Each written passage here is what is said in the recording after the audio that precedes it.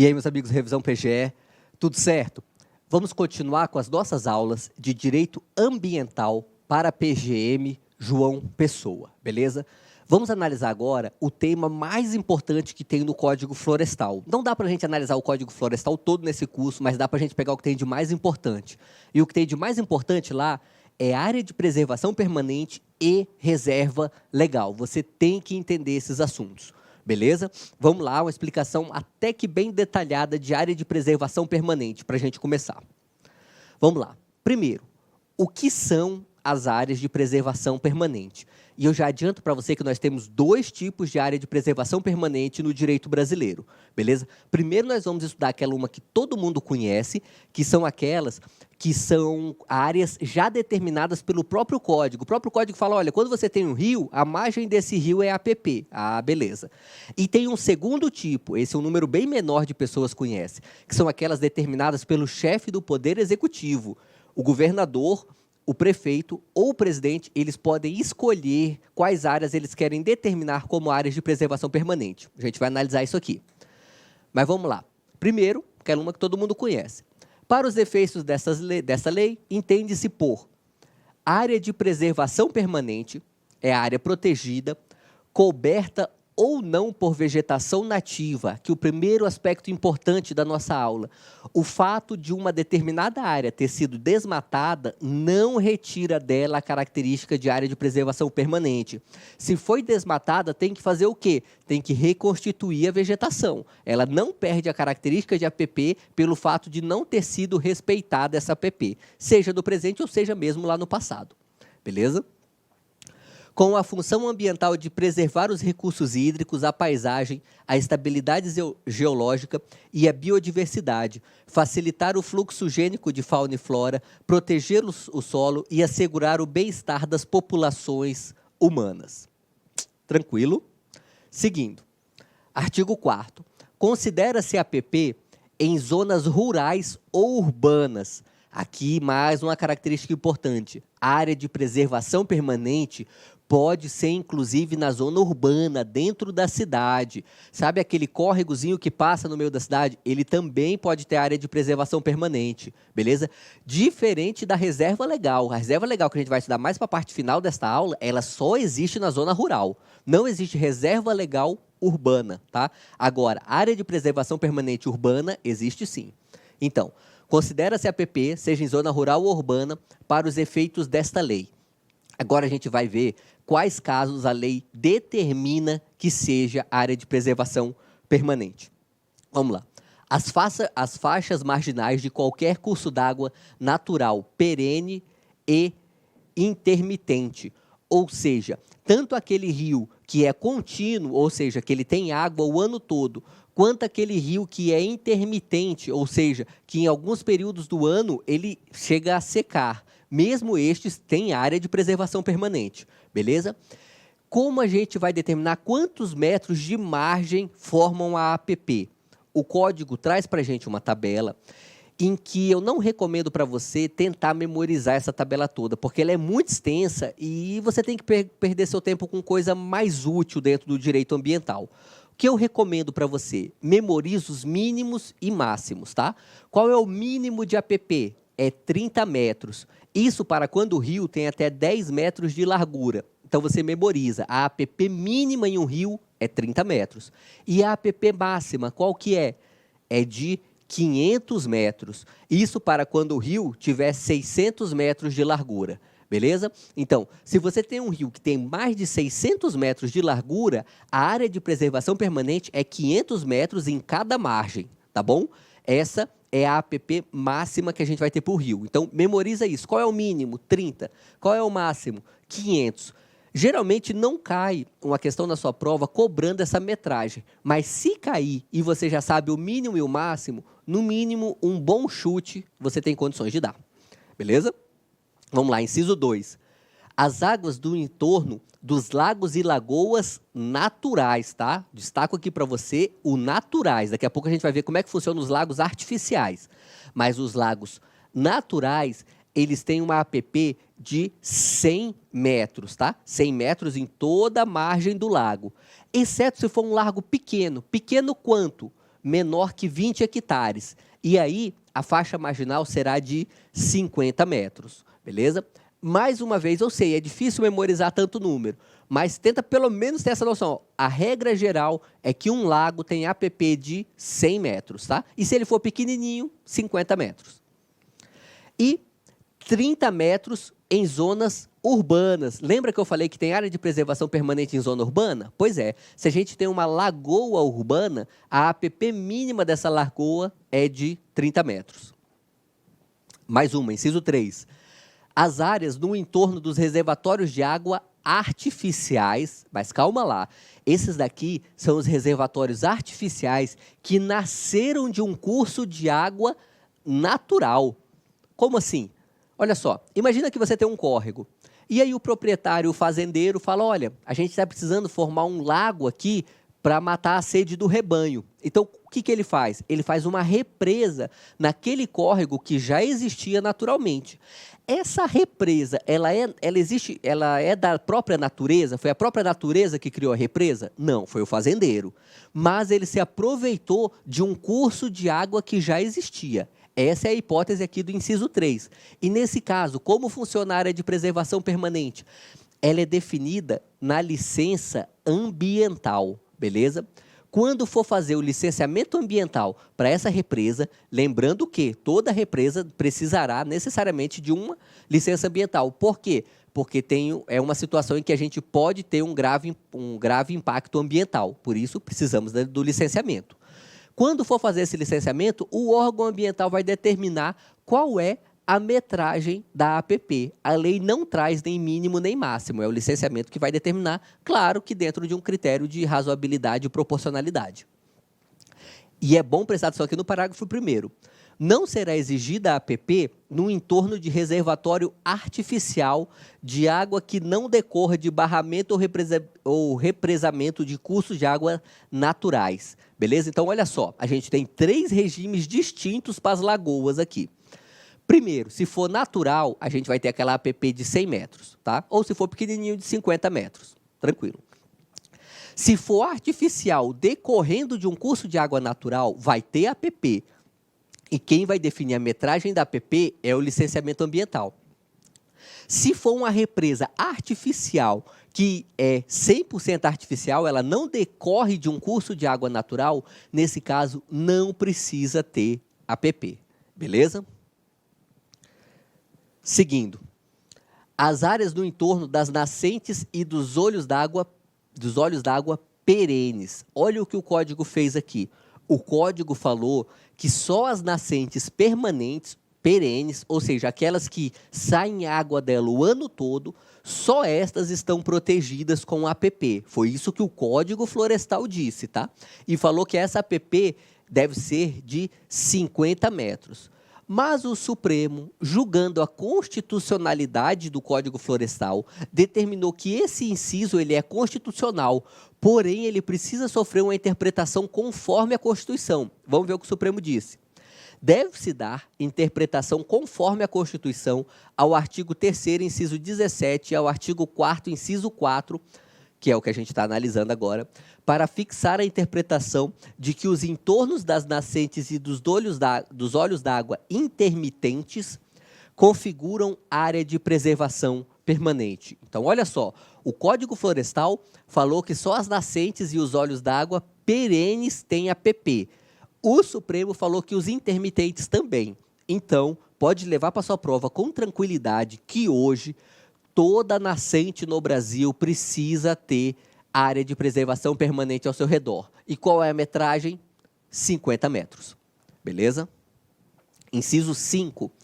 As encostas ou partes destas com declividade superior a 45 graus. Então, temos uma encosta, a inclinação é superior a 45 graus, é APP. 6. As restingas também são APPs. 7. Os manguezais em toda a sua extensão. 8. As bordas dos tabuleiros ou chapadas. 9. No topo dos morros, montes, montanhas e serras, com altura mínima de 100 metros e inclinação média maior que 25 graus. Beleza? Todas essas são hipóteses de áreas de preservação permanente. Mais uma. As áreas em altitude superior a 1.800 metros, qualquer que seja a vegetação. 9. Em veredas, a faixa marginal em projeção horizontal com largura mínima de 50 metros, a partir do espaço permanentemente brejoso e encharcado. Beleza? Eu sei o quanto é difícil memorizar essas hipóteses de APP. Não fique neurótico se você não consegue memorizar isso daqui. Ninguém consegue, na verdade. Mas tente ler, tá? Qualquer coisa, volta esse vídeo um pouquinho e leia de novo esses incisos, tá? Tente ler 1, 2, 3 vezes isso aqui e vá para a sua prova com tranquilidade. Se cair, pelo menos você tem uma breve noção. Você lembra, por exemplo, que existe a palavra veredas no código. Já é um bom indicativo para você acertar uma questão que cobre esses diversos incisos de áreas que são APPs. Beleza? Parágrafo 5º. É admitido para a pequena propriedade ou posse rural familiar de que trata o inciso 5 do artigo 3º desta lei, o quê?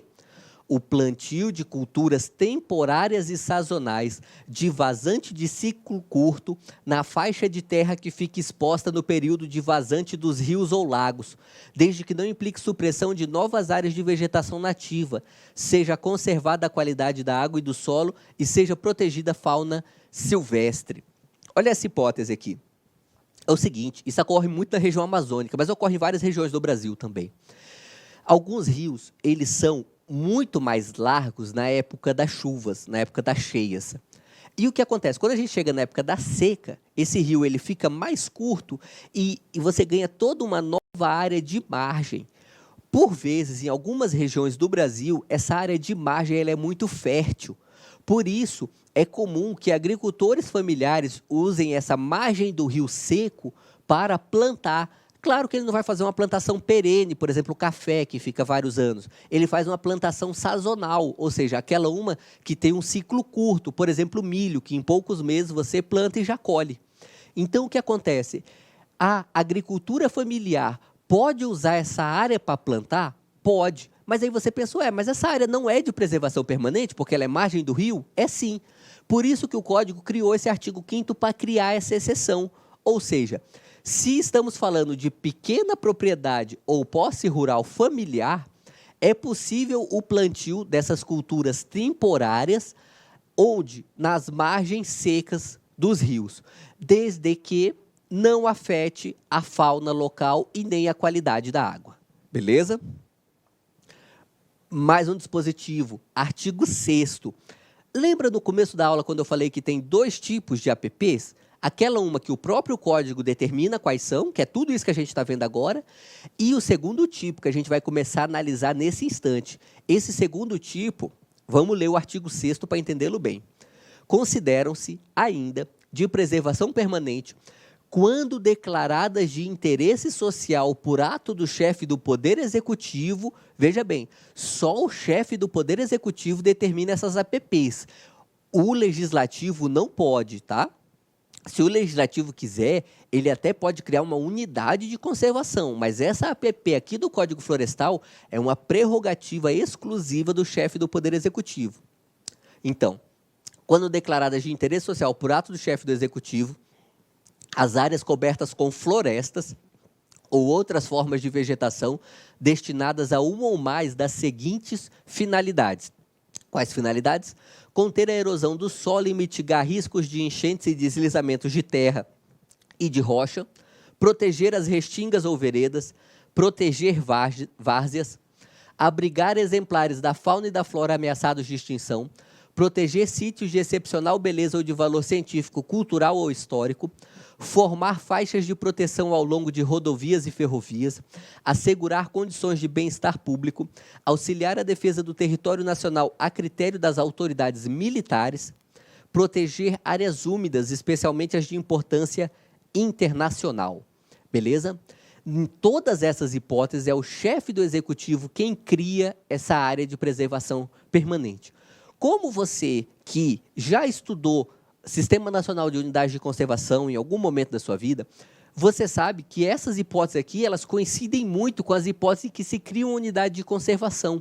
Então, para que o Código Florestal criou esse tipo de APP? para poder criar uma área protegida sem ter todos aqueles custos que são inerentes às unidades de proteção. Porque as unidades de conservação, via de regra, elas têm um alto custo de manutenção, porque você tem que ter uma guarda, você tem que ter todo um sistema protetivo para aquela unidade.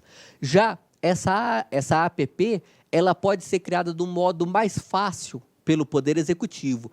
Então, via de regra, essa APP aqui do artigo 6º, ela existe para áreas que precisam ser protegidas, mas que o poder público entende que não precisa de todo aquele gasto e empenho de uma unidade de conservação. Pode ser uma proteção mais só no ponto de vista jurídico mesmo, só uma limitação para as propriedades que ali estão. Beleza? E agora vem uma questão interessante. Embora se crie por decreto, porque a gente viu que é o chefe do executivo que faz essas APPs, do artigo 6º. E todo ato do chefe do executivo, qual é o ato normativo do chefe do executivo? É decreto, sempre. Então, se cria por decreto, mas somente a lei pode extinguir essa área de preservação permanente. Veja, a maioria das pessoas sabe isso daqui para as unidades de conservação, mas também vale para a APP, ou seja, não aplica o princípio da simetria de formas. Então, você cria por decreto, mas você pode extinguir essa APP por um decreto? Não, você precisa de uma lei. Por quê? Vamos relembrar aqui o parágrafo 1º do artigo 225 da Constituição. Olha só. Para assegurar a efetividade desse direito, e desse direito é o meio ambiente ecologicamente equilibrado, que o artigo 225 está tratando, incumbe ao poder público, inciso 3, definir em todas as unidades da federação espaços territoriais e seus componentes a serem especialmente protegidos.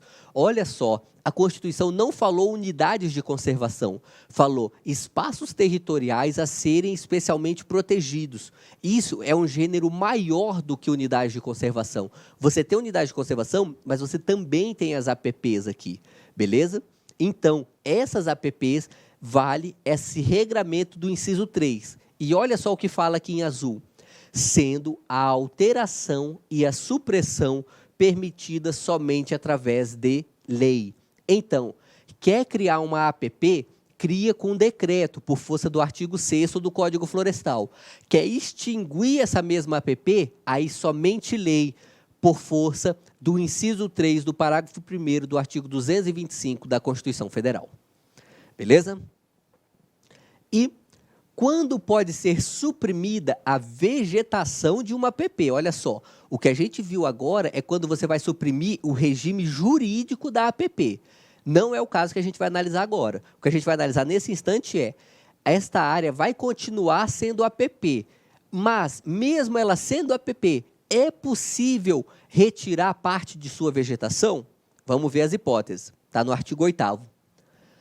A intervenção ou a supressão de vegetação nativa em área de preservação permanente somente ocorrerá nas hipóteses de utilidade pública, interesse social e baixo impacto ambiental previstas nessa lei. Faça um esforço para memorizar essas três expressões, que são as expressões que autorizam a supressão de vegetação na APP. Utilidade pública, interesse social e baixo impacto ambiental. Vamos ver agora algumas regras que detalham essas hipóteses.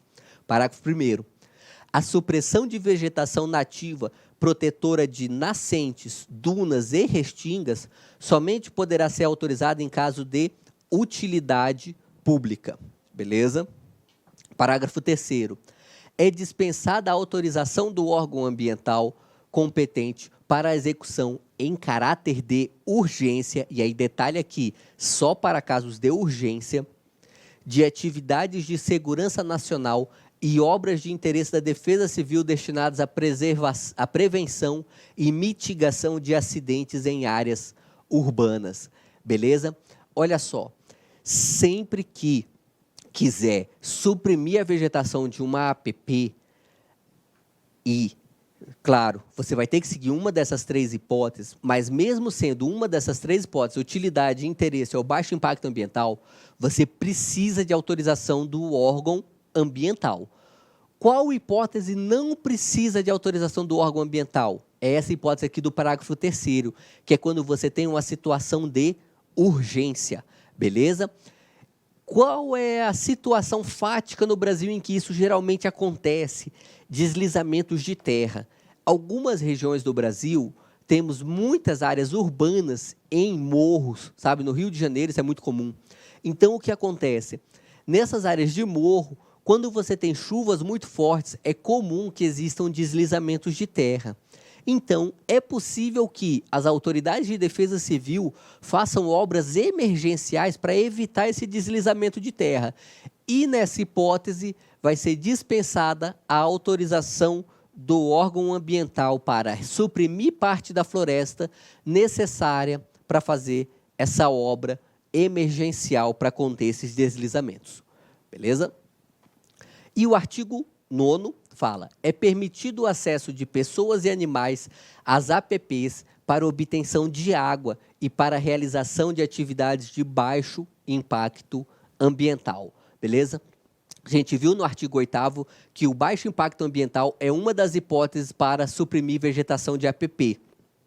E, especificando melhor esse baixo impacto ambiental, o artigo 9º fala que o acesso de pessoas e animais para obter água. Tá?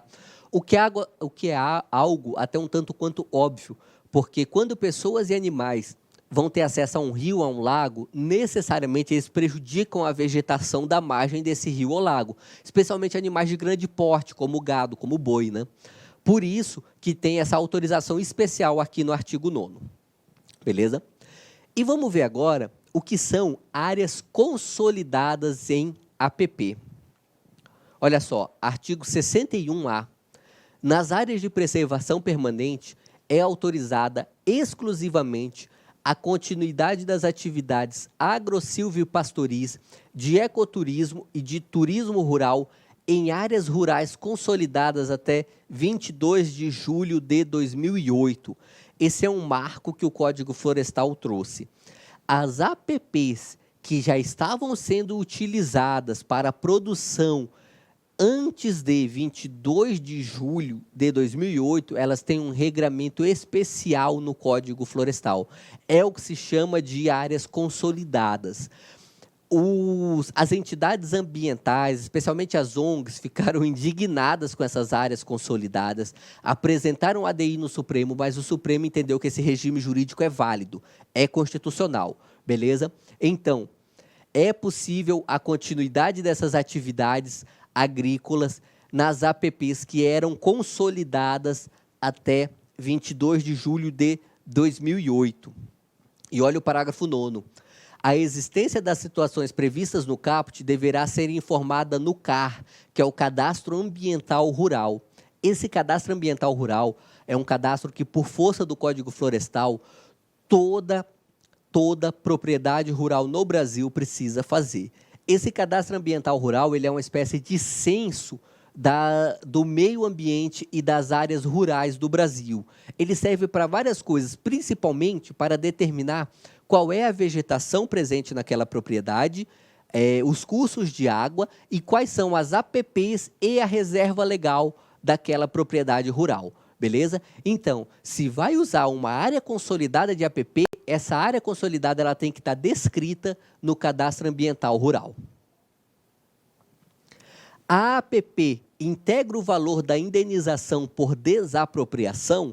Essa é uma pergunta que faz com que a gente acerte muita questão também em direito administrativo, embora também possa cair aqui em ambiental. Então, a pergunta é a seguinte: o poder público fez uma desapropriação. Como a própria Constituição diz, toda desapropriação tem que ser indenizada. Quando o poder público vai indenizar, a APP que tinha naquela área integra o valor da indenização? Olha o que o Supremo diz para a gente. O Supremo entende que, no caso de desapropriação, deve ser incluído no montante da indenização o valor da vegetação em área de preservação permanente. Isso é o que o Supremo diz. Para o STJ, contudo, não cabem juros compensatórios para as APPs, beleza? Esse juro compensatório é um outro assunto lá de direito administrativo, mas é um juro que só existe na hipótese de desapropriação. Como é que funciona? Quando a gente tem a desapropriação, o proprietário ele perde a posse do bem, beleza?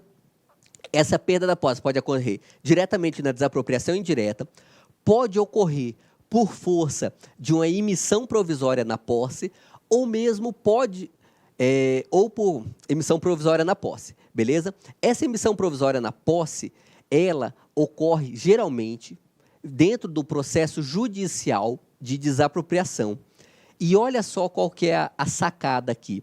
Quando o proprietário ele perde essa posse sem receber a indenização integral, ele está deixando de lucrar com a sua propriedade. Como ele está deixando de lucrar com a sua propriedade, o legislador criou esse juro compensatório justamente para compensar esse lucro cessante do expropriado, beleza? Então, trazendo para o assunto específico dessa aula, o STJ entende que, embora a APP constitua parte da indenização, essa APP, sobre o valor específico dela, não correrá juros compensatórios. E aí, vale a gente lembrar da súmula 479 do STF. As margens dos rios navegáveis são de domínio público, insuscetíveis de expropriação e, por isso mesmo, excluídas de indenização. Não confunda essas hipóteses aqui, tá bom? As margens dos rios navegáveis e não navegáveis são APPs. Concorda? Concorda, a gente viu, tá lá no comecinho do Código Florestal, a gente viu no começo dessa aula. Só que quando a gente vai fazer desapropriação, você tem que lembrar que a margem do rio, ela não só é APP, ela é uma área de domínio público, ou seja, nem propriedade privada ela é, por isso não será indenizada. Então, APPs são indenizadas na desapropriação? São. Contudo, a margem dos rios navegáveis, como são áreas de domínio público, não são indenizáveis, ok? Fechamos a APP, a gente volta no finalzinho para falar mais um pouquinho, mas vamos falar agora de reserva legal, beleza? Vamos lá. Artigo 3º. Para os efeitos desta lei, entende-se por, inciso 3, reserva legal, área localizada no interior de uma propriedade ou posse rural, delimitada nos termos do artigo 12, com a função de assegurar o uso econômico de modo sustentável dos recursos naturais do imóvel rural, auxiliar a conservação e a reabilitação dos processos ecológicos e promover a conservação da biodiversidade, bem como o abrigo e a proteção da fauna silvestre e da flora nativa, beleza? Essa reserva legal, muita atenção aqui, ó, só na propriedade ou posse rural, não temos reserva legal em área urbana, beleza? E na reserva legal, a gente pode ter um uso econômico da área, só que esse uso é sustentável, é diferente das APPs. APPs, em regra, não tem uso econômico, é só para proteger mesmo o meio ambiente.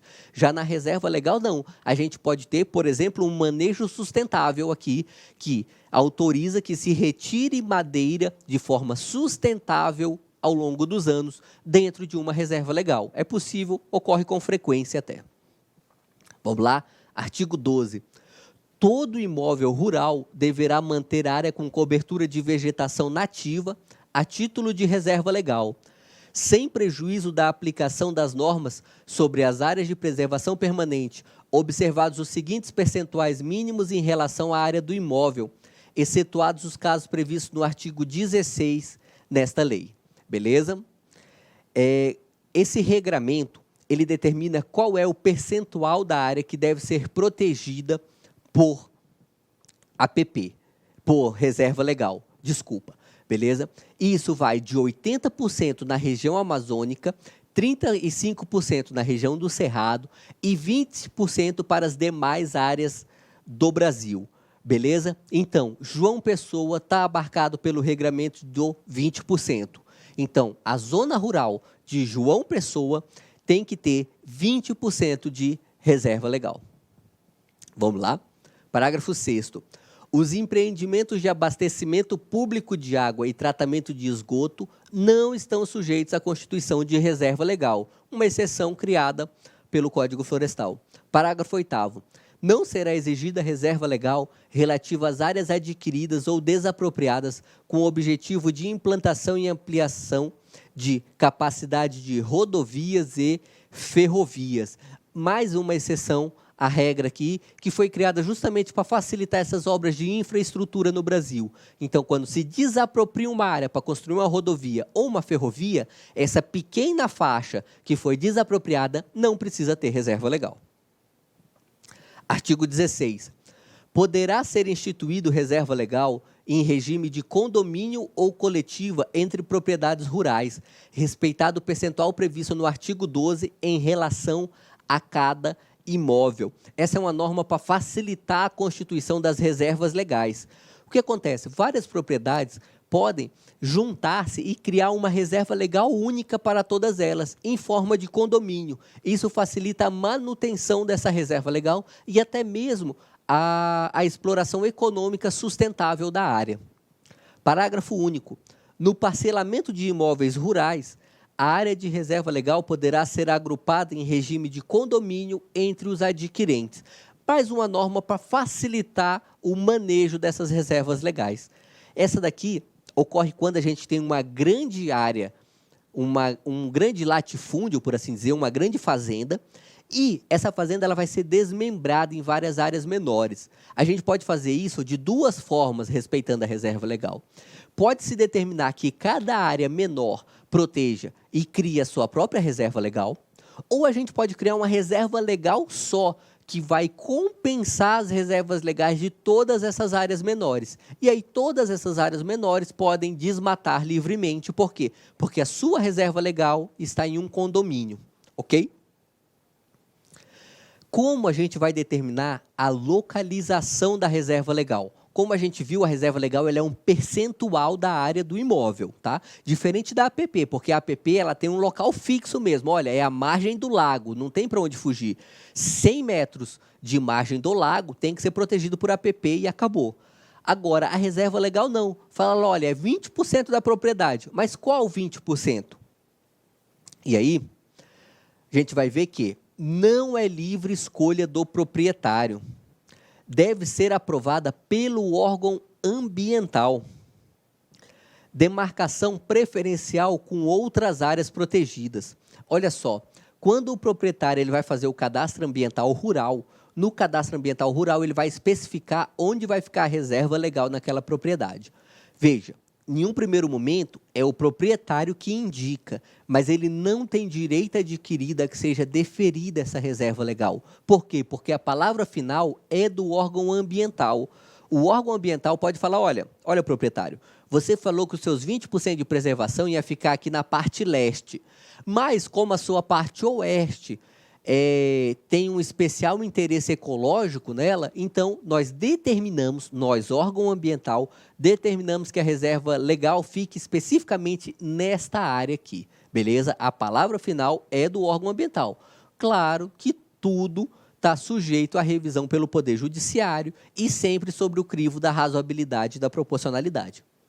A demarcação preferencial com outras áreas protegidas. Então, se você tem uma unidade de conservação próxima, a ideia é que a reserva legal fique junto a essa unidade de conservação, porque assim você cria um mosaico de preservação.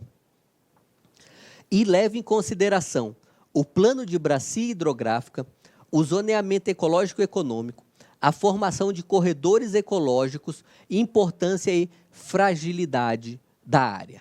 Beleza? Então, como eu disse, é o órgão ambiental quem dá a palavra final sobre onde será fixada a reserva legal, utilizando-se destes critérios aqui. Vale lembrar aqui o parágrafo 1º do artigo 14, que fala: o órgão estadual integrante do CISNAMA ou instituição por ele habilitada deverá aprovar a localização da reserva legal após a inclusão do imóvel no CAR. Veja bem, o Código Florestal que já determinou qual é a competência. Não é do IBAMA, ou seja, o órgão federal, e não é da Secretaria Municipal de Meio Ambiente.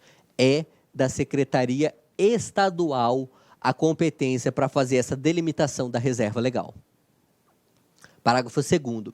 Protocolada a documentação exigida para análise da localização da área de reserva legal, ao proprietário ou possuidor rural não poderá ser imputada sanção administrativa, inclusive restrição a direitos, por qualquer órgão ambiental competente integrante do CISNAMA, em razão da não formalização da área de reserva legal. Como a gente acabou de ver, é o órgão ambiental estadual quem dá a palavra final sobre a reserva legal. Agora, você imagina que o proprietário vai lá, apresenta o CAR, o Cadastro Ambiental Rural, e fala, olha, é nesse local aqui que vai ficar minha reserva legal. E aí o órgão ambiental simplesmente não analisa esse pedido. Passa-se anos, passa muito tempo. O proprietário ele vai ficar imobilizado por causa disso? Não, ele pode produzir na área que ele não escolheu como reserva legal. Se o órgão ambiental depois quiser mudar e falar, não, a sua reserva legal tem que ser outra área, ele não pode aplicar multa em razão desta demora dele em determinar qual seria a área de reserva legal. Beleza? Para fechar nossa aula, vamos ver a relação existente entre a reserva legal e a área de preservação permanente, um assunto bem cobrado em prova. Olha só, artigo 15. Será admitido o cômputo das áreas de preservação permanente no cálculo do percentual da reserva legal do imóvel, beleza? Então, olha só, isso é algo que os defensores do meio ambiente sempre bateram contra, que o Código Florestal falou que é possível e que o Supremo declarou constitucional, declarou válido. O que?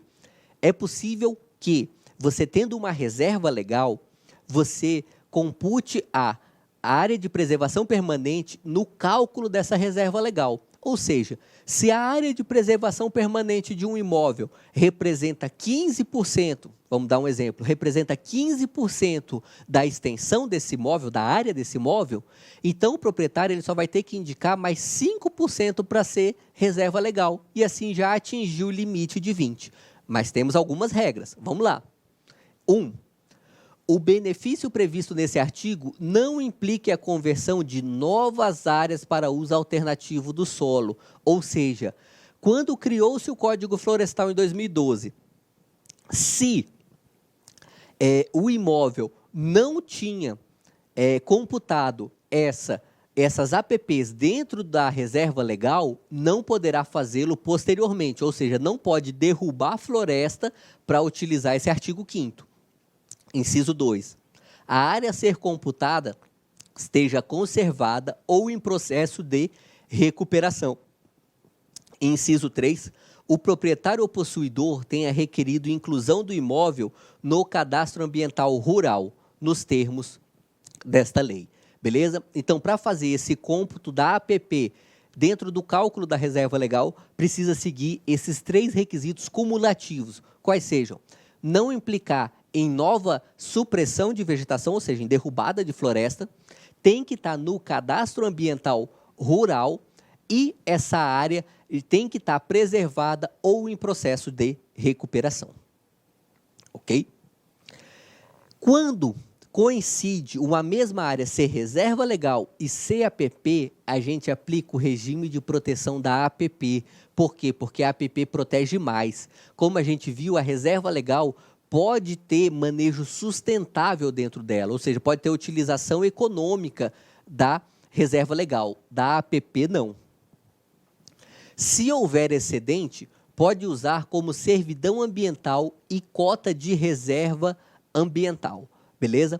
Essa servidão ambiental florestal é um instituto que funciona da seguinte forma: quando uma propriedade rural protege uma área maior do que estava obrigada por lei, ou seja, no caso de uma propriedade rural no município de João Pessoa, que proteja mais de 20% de sua área, ela pode usar esse excedente para compensar o desmatamento de uma outra área, desde que dentro da mesma bacia hidrográfica, beleza?